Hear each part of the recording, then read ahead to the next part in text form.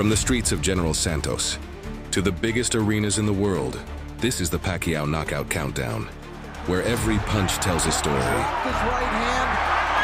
Manny Pacquiao, knockout number 10, Chachai Sasakul. Before Manny Pacquiao became an 8-division champion, before the fame, the fortune, and the legacy, there was a hungry 19-year-old kid chasing a dream. December 4th, 1998, Bangkok, Thailand. The undefeated WBC flyweight champion, Chachai Sasakul, stood in the opposite corner.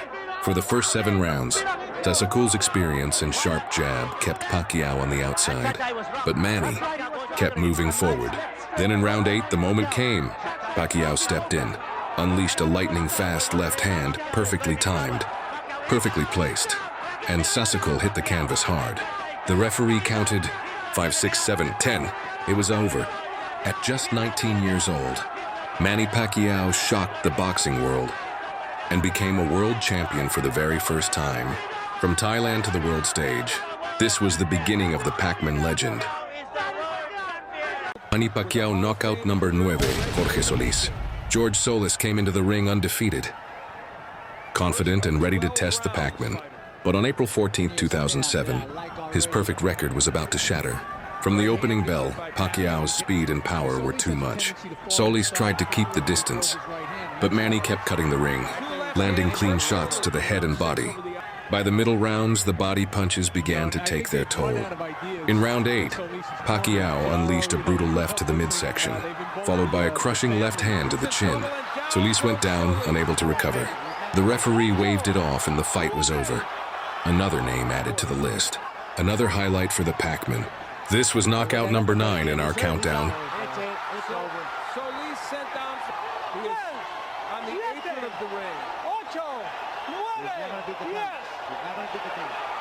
Manny Pacquiao knockout number 8, Lelo Honolo Ledwaba.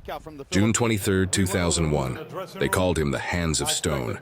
From South Africa, IBF Super Bantamweight champion Lelo Honolo Ledwaba. But on June 23, 2001, he faced a last-minute replacement named Manny Pacquiao. From the opening bell, Pacquiao's blinding speed and relentless combinations shocked the champion. Ledwaba tried to adjust, but Manny's left hand found its mark again and again. By round 6, Pacquiao was in full control.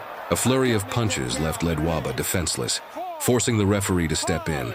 In his U.S. debut, Pacquiao not only took the belt, he announced himself to the boxing world in devastating fashion. Almost a resignation in the eyes of Ledwaba. Yeah, and Joe Cortez has seen enough. That's a TKO victory for the very impressive Manny Pacquiao, who takes a good fighter. Manny Pacquiao knockout number 7. David Diaz, Juni. Junio 2008. David Diaz was tough, durable, and proud. The WBC lightweight champion ready to defend his title. But on June 28, 2008, he stepped into a storm. Pacquiao's speed was unmatched, his angles unpredictable. For 9 rounds, Diaz absorbed a brutal beating, his face battered and bloodied. But Manny kept coming. Sharp jabs, stinging hooks, and lightning-fast combinations. In round 9, Pacquiao landed a perfectly timed left hand that sent Diaz crashing to the canvas.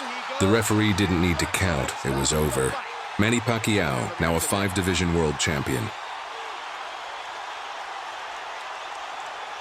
And new WBC lightweight champion of the world,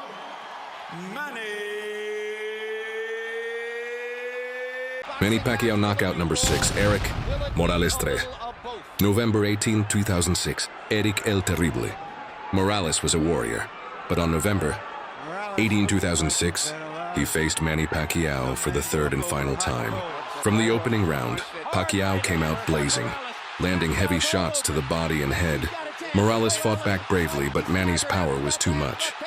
In round 3, Pacquiao dropped Morales once, then twice, and then with a crushing left hand a 3rd time. Morales sat on the canvas, shook his head, and stayed down. It was the end of a great rivalry, and another iconic knockout for the Pac-Man.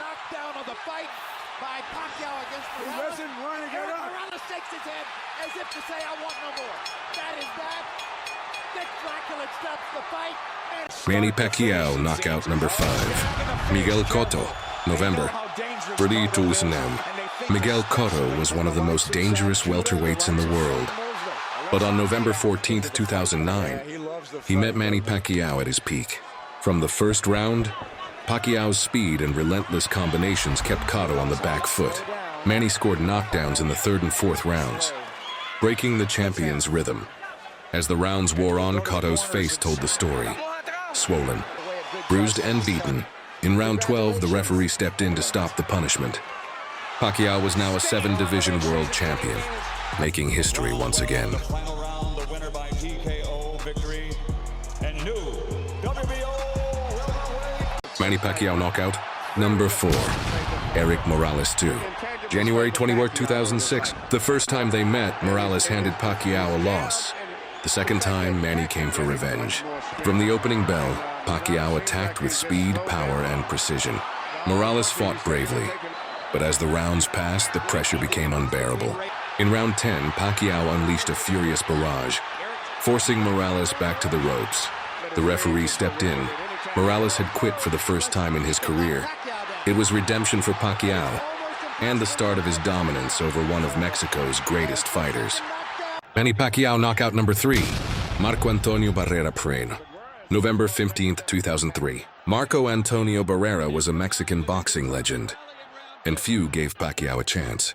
But on November 15, 2003, the underdog from the Philippines shocked the world. Pacquiao was relentless, darting in and out, throwing blistering combinations, and punishing Barrera at every turn. By round 11, the beating had taken its toll. Barrera's corner had seen enough, waving the fight off. That night, Pacquiao didn't just win. He announced himself as a global boxing superstar. Manny Pacquiao knockout number 2. Antonio Margarito. November 13, 2010. Antonio Margarito stood like a giant over Manny Pacquiao, 6 inches taller, with a massive reach advantage. On paper, it looked impossible, but inside the ring, size meant nothing. From the first bell, Pacquiao became a blur. Angles, combinations, lightning-fast punches that crashed into Margarito's face over and over. The damage was immediate, and it only got worse. By the middle rounds, Pacquiao had fractured Margarito's orbital bone, closing his eye completely. Yes, Margarito was never knocked out, but make no mistake, this was one of the most brutal beatdowns in boxing history. A fight so one-sided, the referee almost stopped it. Margarito's corner could only watch as their fighter was dismantled, piece by piece. It wasn't just about ending a fight. It was about breaking the will of a man who wouldn't go down. And that's why this ranks as one of Pacquiao's greatest knockouts, without even needing a final punch.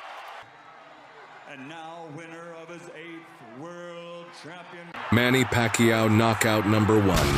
Ricky Hatton, May 2, 2009. Las Vegas. Under the bright lights, 2 warriors entered the ring.